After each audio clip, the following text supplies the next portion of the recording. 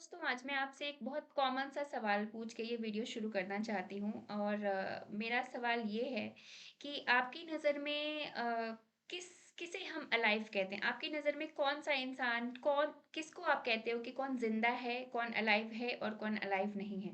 कुछ तो वैसी एक्टिविटी होगी, कुछ वैसा काम होगा, कुछ वैसा प्रोसेस होगा जो किसी ऑर्गेनिज़्म के अंदर हो रहा है या वो कुछ शो कर रहा है जिसके बेसिस पे आप ये डिसाइड कर लेते हो कि ये तो अलाइव है और ये नॉन लिविंग है, ये पर्सन लिविंग है, ये नॉन लिविंग है।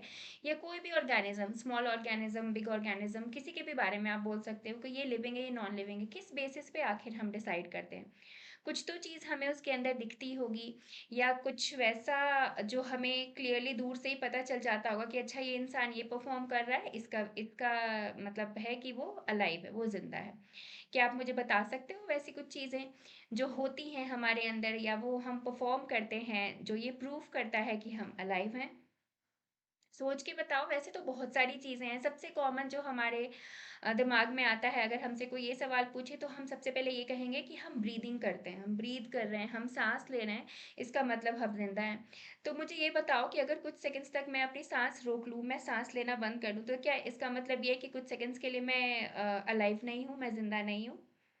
इसका ये मतलब तो नहीं है, साँस तो थोड़ी देर के लिए कोई भी रोक सकता है। फिर और क्या चीज़ें हो सकती हैं? हाँ, मूवमेंट शो करते हैं, हम मूव करते हैं, हम एक प्लेस से दूसरे प्लेस तक अपनी मर्ज़ी से जब चाहें जा सकते हैं। लेकिन क्या यही क्राइटेरिया काफ़ी है लिविंग होने के लिए? ऐसे तो आपको पता है प्लांट्स भी लिविंग है, लेकिन वो तो मूव नहीं कर सकते। वो तो एक जगह से दूसरी जगह नहीं जा सकते, फिर हम कैसे बोलते हैं कि प्लांट्स लिविंग हैं?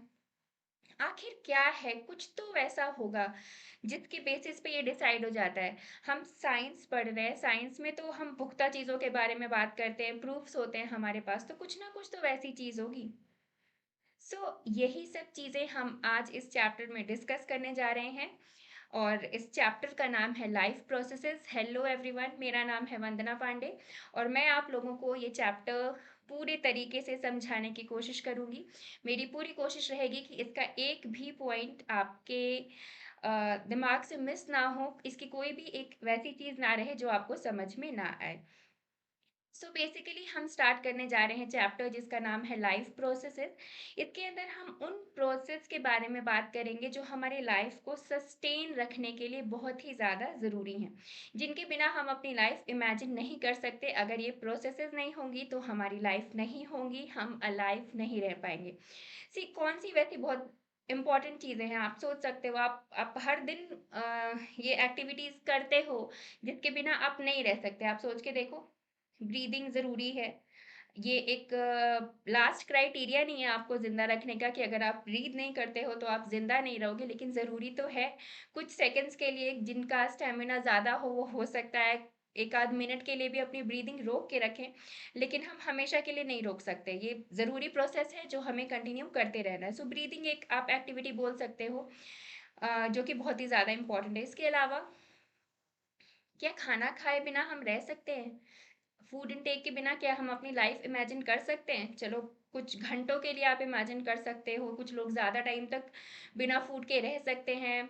आपने अपनी मम्मी वगैरह को देखा होगा, जो लोग फास्ट करते हैं, चलो मैक्सिमम 1 दिन तक भी बिना खाना के रह सकते हैं हम लोग, लेकिन क्या उससे ज़्यादा हम अपनी लाइफ इमेजिन कर सकते हैं जब हमने खाना ना खाया हो और हम अच्छे से अपनी लाइफ जी रहे हैं? ये इम्पॉसिबल है। खाना हमारे लिए बहुत ज़रूरी है। सो क्या है ये जो हम फूड इनटेक करते हैं? This is actually nutrition.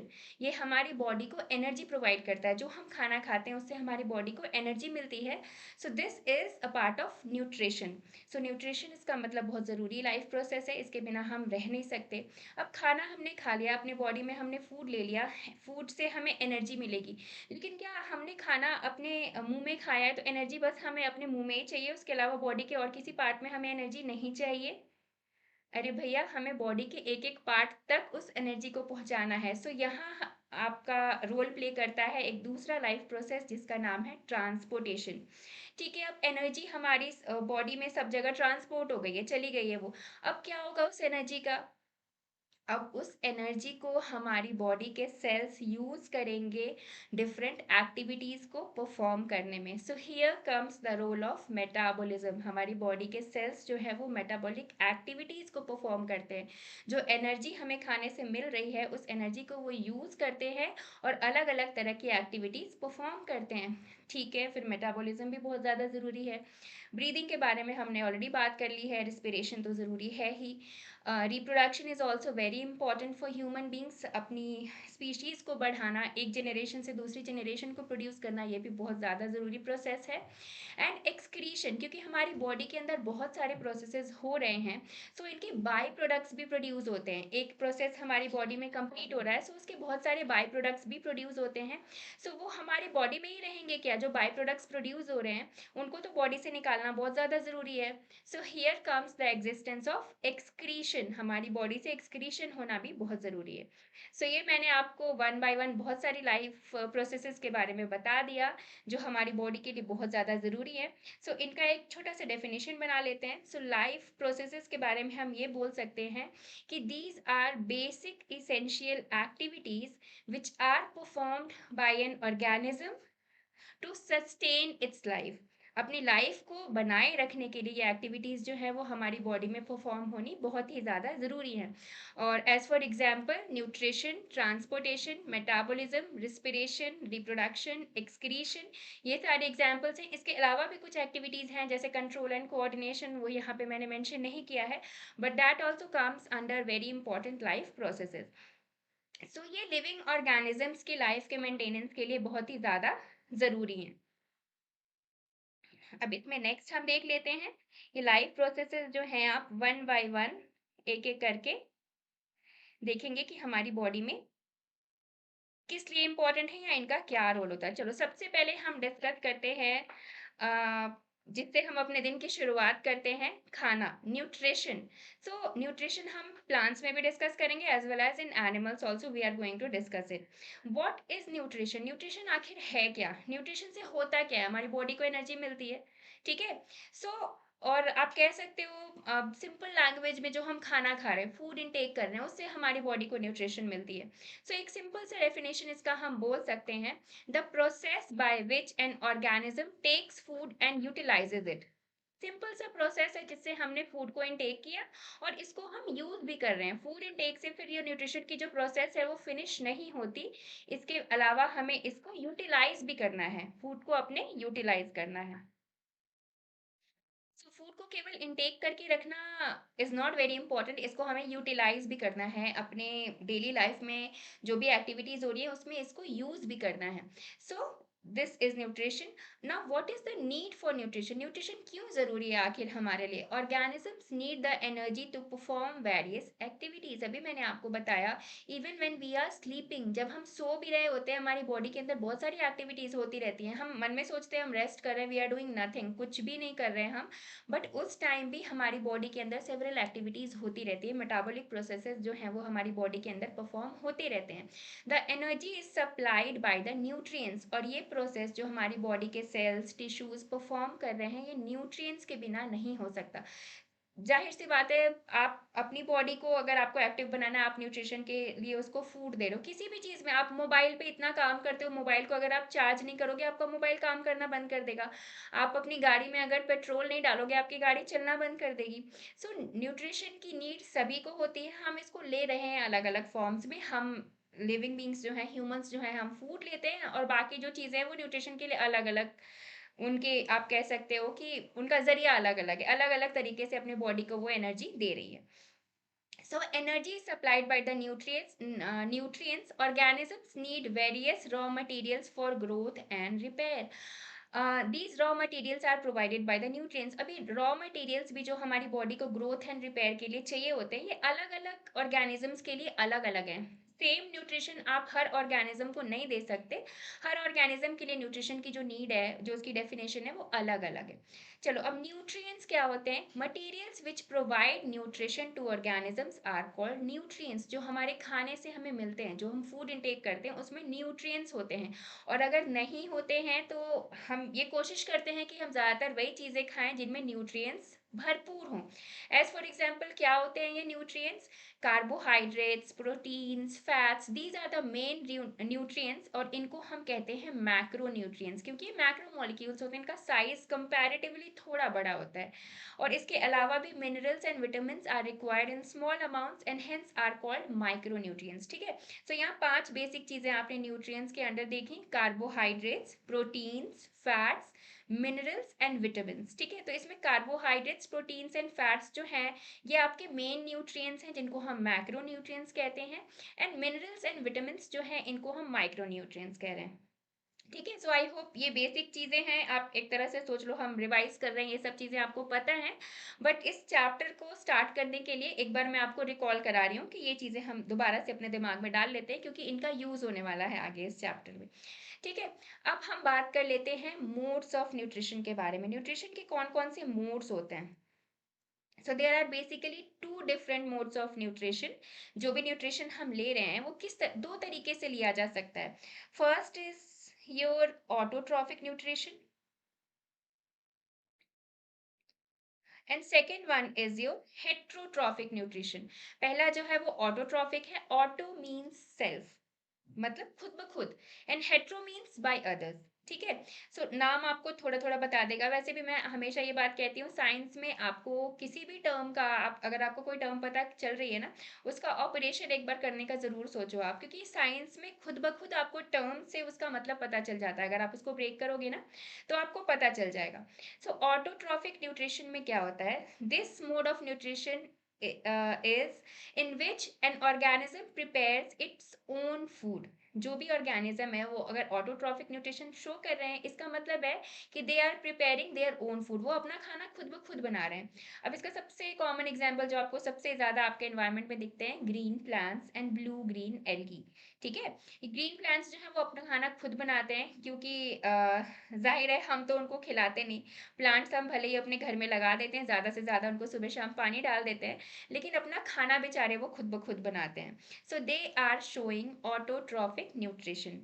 The organisms which carry out autotrophic nutrition are called autotrophs. जो ग्रीन प्लांट्स, ट्रीज, ये सब हमारे आसपास हमें दिखते हैं, वो ऑटोट्रॉफिक न्यूट्रिशन को शो करते हैं, and they are called autotrophs. और उनको हम कहते क्या है? हम कहते हैं they are autotrophs. Okay, so here अब ऑटोट्रॉफ्स कैसे करते हैं? अब न्यूट्रिशन वो कैसे लेते हैं, वो क्या करते हैं जिससे उनको उनका खाना बन जाता है, उनकी बॉडी में एनर्जी आती है? सो ये हम देख लेते हैं।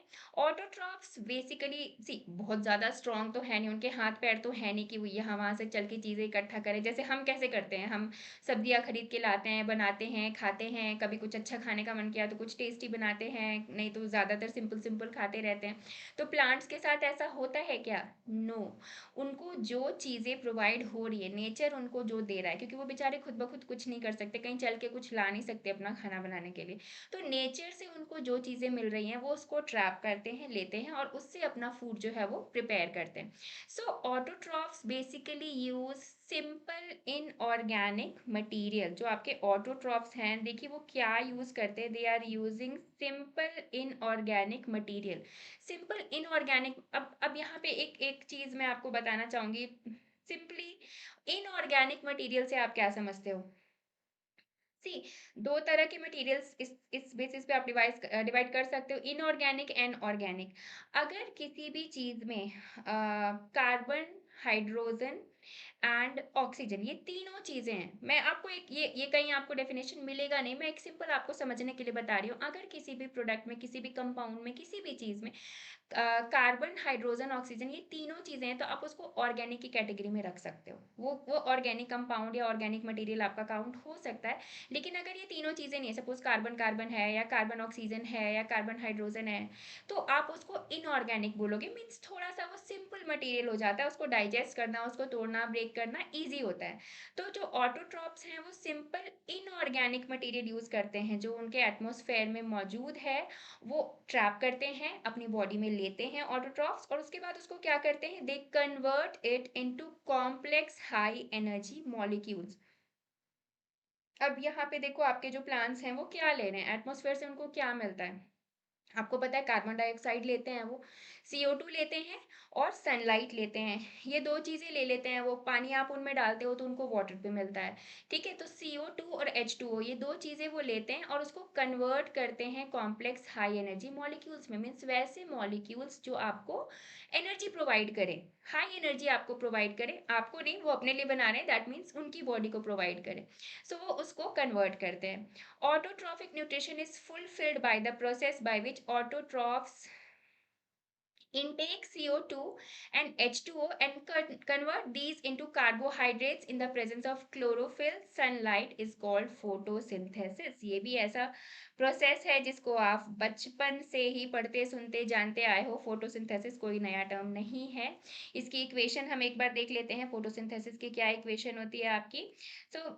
सी हो क्या रहा है बेसिकली फोटोसिंथेसिस में, जो आपका प्लांट है वो कार्बन डाइऑक्साइड एंड H2O को ले रहा है। कार्बन डाइऑक्साइड उसको एटमॉस्फेयर में मिल रहा है, H2O उसको आप दे रहे हो, ठीक है? क्लोरोफिल प्लांट्स के पास है, उनकी लीव्स में क्लोरोफिल है, प्लस उनको सन एनर्जी भी मिल रही है, सन से वो सन की एनर्जी ले रहे हैं, लाइट एनर्जी ले रहे हैं। अब चेंज करके वो क्या बना रहे हैं, C6H12O6, दैट इज ग्लूकोज। ये आपका सिंपल ग्लूकोज है, ठीक है? They are making glucose and oxygen is being released, जो ऑक्सीजन है वो रिलीज हो रहा है। ये बेसिक आपका स्टेप है, प्रोसेस है फोटोसिंथेसिस का। ये प्रोसेस जो है आपके ऑटोट्रॉफ्स परफॉर्म कर रहे हैं और इस प्रोसेस से वो आपका खाना, अपना खाना बना रहे हैं। और basically you can say they are making glucose, glucose बना रहे हैं, ठीक है? अब और हम देख लेते हैं न्यूट्रिशन इन प्लांट्स में हम क्या और देख सकते हैं। Green plants prepare their own food. They make food in the presence of sunlight. Sunlight provides energy. Sunlight से उनको क्या मिल रही है? Energy मिल रही है। और basically you can say, to be precise, light energy they are getting from sunlight, carbon dioxide from the atmosphere, and water are the raw materials, and chloroplast is the site where the food is made. Cause actually plant का भी कौन सा part responsible होता है food बनाने के लिए? The leaves are responsible. Leaves में आप कह सकते हो कि फूड जो है वो बन रहा है। और लीव्स में भी कौन सी साइट होती है? Chloroplast is the site. जो क्लोरोप्लास्ट है आपका वो साइट है, वहां पे जो प्लांट्स हैं अपना खाना बनाते हैं।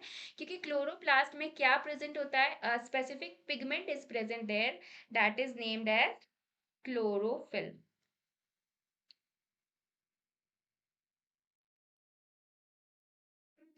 क्लोरोफिल पिगमेंट प्रेजेंट होता है जिसकी वजह से वो अपना खाना बनाते हैं, ठीक है? CHLOROPHY तो क्लोरोफिल पिगमेंट प्रेजेंट होता है। चलो अब एक बार हम डेफिनेशन देख लेते हैं। What is photosynthesis?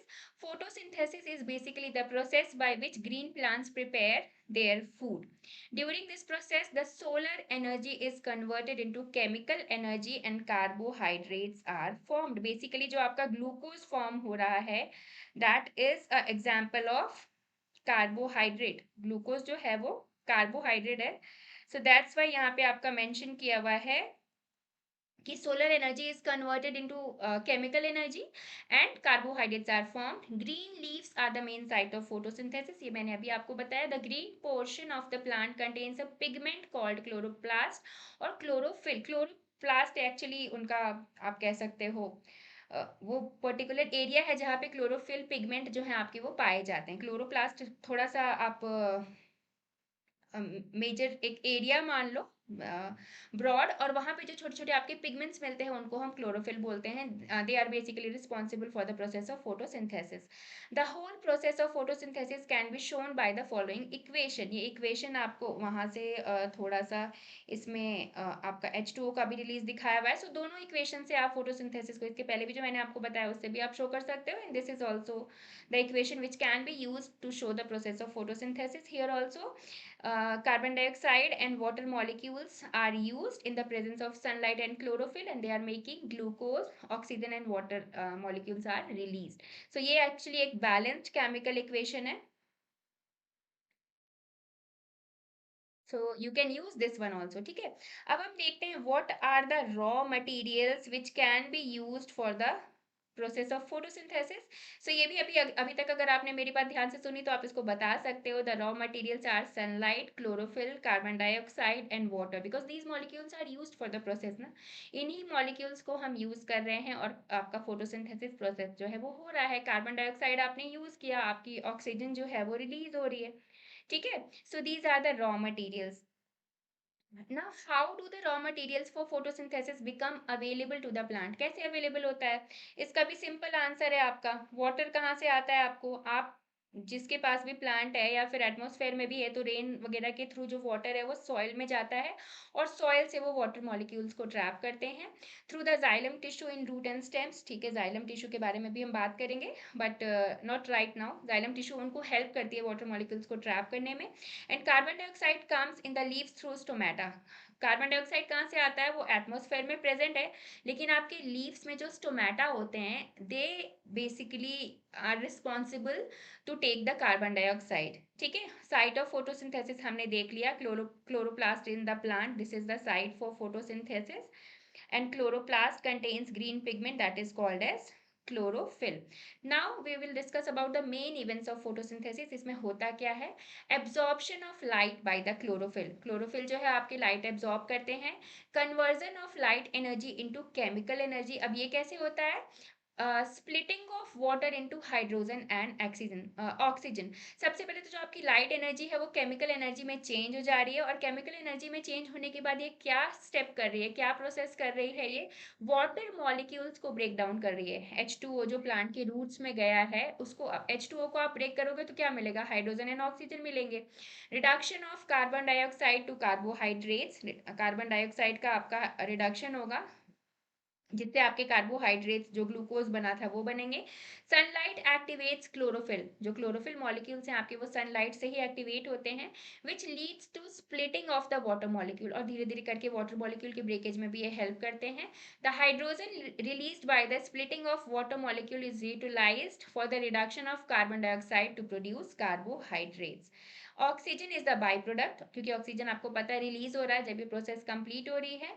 Carbohydrate is subsequently converted into starch and is stored in the leaves and other storage paths. ये वाला पोर्शन थोड़ा इम्पोर्टेंट है, जो आपको फ्यूचर के लिए भी अपने दिमाग में रखना है। जो कार्बोहाइड्रेट प्रोड्यूस हो रहा है फोटोसिंथेसिस से, क्या प्लांट ऐसा करता है कि खाना बनाया और फटाफट से खा के फिनिश कर दिया?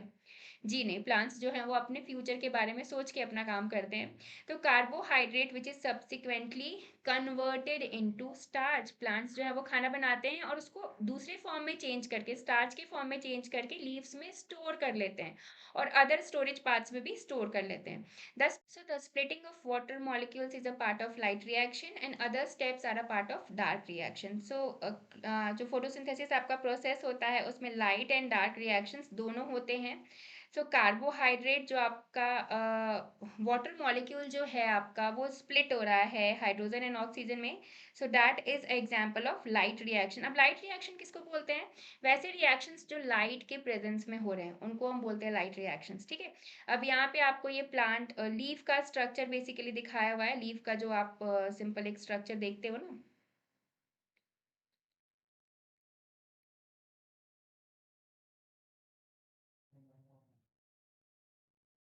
ये एक कॉमन सा लीफ में बना रही हूँ, इस तरह की स्ट्रक्चर आप लीफ में देखते हो। ठीक है, सो यही वाला आपका ये ऊपर का इतना पार्ट, ये वाला पार्ट लेके यहाँ पे दिखाया हुआ है। यहाँ पे जो बीच में आपको ये जो डंडी डंडी सी दिखती है लीव्स में जो रहती है, दैट इज मिडरिप। ठीक है, और यहाँ पे ये आपका लेबिरिंथ और लीफ ब्लेड है, जो इसके वेन्स आपको दिखते हैं, वो ये वेन्स हैं, ये जो इस तरह से साइड साइड में आपको इसकी प्रोट्रूशंस दिखती हैं, ये इसके वेन्स हैं। ठीक है, जाइलम टिश्यू भी होते हैं इनके, वस्कुलर बंडल्स, और इसका अगर आप इसको कट करके देखो, लीफ को यहाँ से आपने ऐसे कट कर दिया और इसका ये वाला पार्ट इतना अगर आप इस तरह से देख रहे हो माइक्रोस्कोप के अंदर, तो यहाँ का आपको ये वाला पोर्शन यहाँ पे देखने को मिलेगा। अपर और लोअर जो इसकी पार्ट है वो एपिडर्मिस होती है, जो हमारी कवरिंग होती है, ये अपर एपिडर्मिस हो गई, ये लोअर एपिडर्मिस हो गई। इसमें आपको वेवी वैक्सी क्यूटिकल भी देखने को मिलेगा। वैक्सी क्यूटिकल क्यों प्रेजेंट होता है? बेसिकली ये एक वैक्स की कोटिंग होती है जो प्लांट्स लीव्स की प्रोटेक्शन के लिए प्रेजेंट होती है। इसके अलावा आपको यहाँ पे देखो क्लोरोप्लास्ट देखने को मिल रहा है, बीच में एयर स्पेसेस भी हैं और गार्ड सेल्स भी हैं। आपको गार्ड सेल का रोल आपको भी हम जैसे जैसे आगे बढ़ेंगे पता चलेगा, बहुत इंपॉर्टेंट रोल होता है स्टोमेटा की फंक्शनिंग के लिए गार्ड सेल्स का। यहाँ पे बेसिकली आपको एक लीव का स्ट्रक्चर दिखाया हुआ है। ठीक है, अब इसके बाद हम देखते हैं हमें इसके आगे क्या देखना है। गार्ड सेल जैसा अभी हमने देखा लीफ के स्ट्रक्चर में, यहाँ पे आपके लीव्स में कुछ स्पोर्स लाइक स्ट्रक्चर प्रेजेंट होते हैं, जिनको हम कहते हैं स्टोमेटा। स्टोमेटा जो है आपके वो पोर स्ट्रक्चर्स हैं। These are tiny pores present in the epidermis of leaf और stem through which gaseous exchange और ट्रांसपिरेशन अकर। कहाँ होता है ये? लीव्स में भी होता है एज वेल एज स्टेम्स में भी। स्टोमेटा केवल लीव्स में नहीं होते, आपके स्टेम्स में भी पाए जाते हैं। और क्यों होते हैं? स्टोमेटा का क्या इंपॉर्टेंट फंक्शन है? सबसे पहला तो है आपका एक्सचेंज ऑफ गैसेस, ये आपके स्टोमेटा के थ्रू होता है। और दूसरा ट्रांसपिरेशन। ट्रांसपिरेशन क्या होता है एक्चुअली? हाँ, loss of water from the plant in the form of water vapours. Water जो जो प्लांट है ना आपके, थोड़े थोड़े वाटर रिलीज करते रहते हैं in the form of vapours, vapours के फॉर्म में वो रिलीज होता है। सो ये भी आपका स्टोमेटा के थ्रू ही होता है। अगर हम स्टोमेटा के फंक्शन के बारे में देखें, सो ये जो गैसेस का एक्सचेंज है वो स्टोमेटा के थ्रू होता है। And loses a large amount of water in the form of water vapour, जैसे मैंने आपको बताया ट्रांसपिरेशन में, इसमें भी आपके स्टोमेटा ही वर्क करते हैं। अब यहाँ पे देख लो, हम स्टोमेटा का स्ट्रक्चर देख लेते हैं।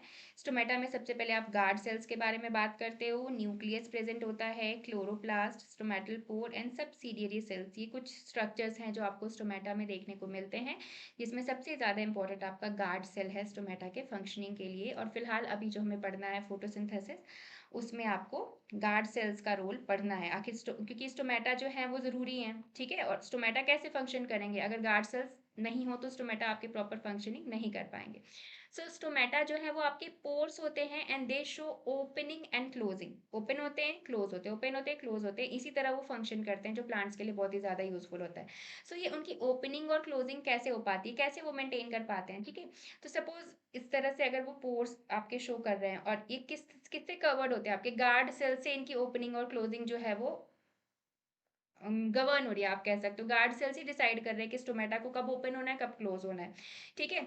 सो आपके जो गार्ड सेल्स हैं, अगर वो वाटर इनटेक करते हैं, गार्ड सेल्स के अंदर अगर वाटर जाता है तो क्या शो करते हैं? वो स्वेल हो जाते हैं, फूल जाते हैं, उनका जो एरिया है थोड़ा बढ़ जाता है, ठीक है। तो ये गार्ड सेल्स से सपोज इन्होंने वाटर अगर एब्जॉर्ब किया तो ये स्वेलन हो गए, ठीक है। स्वेल करना शुरू किया इन्होंने, जैसे जैसे ये स्वेल करते हैं आपका स्टोमेटा जो है वो ओपन हो जाता है, स्टोमेटा जो है ओपनिंग शो करता है।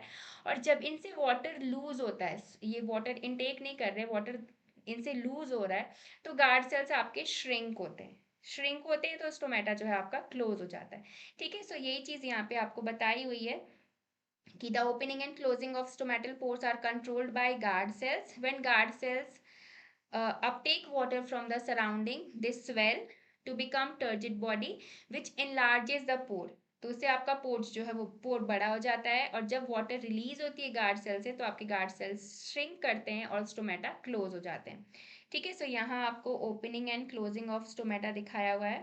This is open stomatal pore and this is closed stomatal pore. यहाँ पे आपके श्रिंक हो रहे हैं गार्ड सेल्स, तो यहाँ स्टोमेटा क्लोज हो रहा है, और यहाँ पे आपका स्टोमेटा जो है वो ओपनिंग शो कर रहा है, ठीक है। अब सिग्निफिकेंस क्या है भाई? फोटोसिंथेसिस की सिग्निफिकेंस भी देख लेते हैं। ज़रूरी तो बहुत है फोटोसिंथेसिस हमारे लिए मींस प्लांट्स के लिए ज़रूरी है, लेकिन प्लांट्स हमारे लिए बहुत ज़्यादा ज़रूरी हैं, ठीक है। तो उनका सिग्निफिकेंस देखना भी बहुत ज़्यादा ज़रूरी है। सिग्निफिकेंस में क्या है? Photosynthesis is the main way through which solar energy is made available for different living beings. Photosynthesis क्या है? Main way, this is the main way through which solar energy is made available for different living things. क्योंकि photosynthesis ही वो process है जिससे आप solar energy को use कर रहे हो for the making of food. और ये जो फूड बन रहा है ये बाकी लिविंग बींग्स तक भी जा रहा है, आपका जो प्लांट है डायरेक्टली और इनडायरेक्टली अदर लिविंग बींग्स को भी मिल रहा है। तो बेसिकली सोलर एनर्जी ट्रैप होकर उनको मिल रही है, क्योंकि वो एनर्जी का ही फॉर्म चेंज हो रहा है। Green plants are the main producers of food in the ecosystem.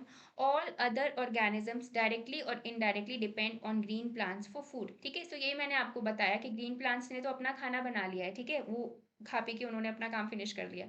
लेकिन बाकी अदर ऑर्गेनिजम्स जो है वो भी डायरेक्टली, हम भी डिपेंड करते हैं ग्रीन प्लांट्स पे, और बाकी के ऑर्गेनिजम्स भी डायरेक्टली और इनडायरेक्टली डिपेंड करते हैं। The process of photosynthesis also helps in maintaining the balance of carbon dioxide and oxygen in the air। क्योंकि जो ये आपका बैलेंस है, कार्बन कितना यूज हो रहा है, ऑक्सीजन कितना रिलीज हो रहा है, ये हर हर टाइम आपका फोटोसिंथेसिस प्रोसेस पे ही डिपेंड कर रहा है। अगर जितने अमाउंट में फोटोसिंथेसिस प्रोसेस होता है, ये कंटिन्यू होता रहेगा, तो ये बैलेंस जो है हमारे एटमोसफेयर में मेंटेन रहेगा, ठीक है। So this was all about autotrophic nutrition. इतना हमने आज यहाँ पे कवर कर लिया है ऑटोट्रॉफिक न्यूट्रिशन तक। सो आई होप जो कंसेप्ट्स हैं, जो चीज़ें, हालाँकि बहुत अभी नया कुछ वैसा तो हमने नहीं सीखा है, बट स्टार्टिंग में आपके ये हेटरोट्रॉफिक न्यूट्रिशन में हम जैसे-जैसे ह्यूमन न्यूट्रिशन के बारे में बात करेंगे, digestive system and other systems पढ़ेंगे। सो वहाँ आपको कुछ-कुछ नई चीज़ें देखने को मिलेंगी। So I hope this video was useful for you all. कुछ नई चीज़ें आपको जानने को मिली हों, देखने को मिली हों। Keep on studying, keep on learning till we meet in the next video. Thanks for watching the video. Thank you everyone.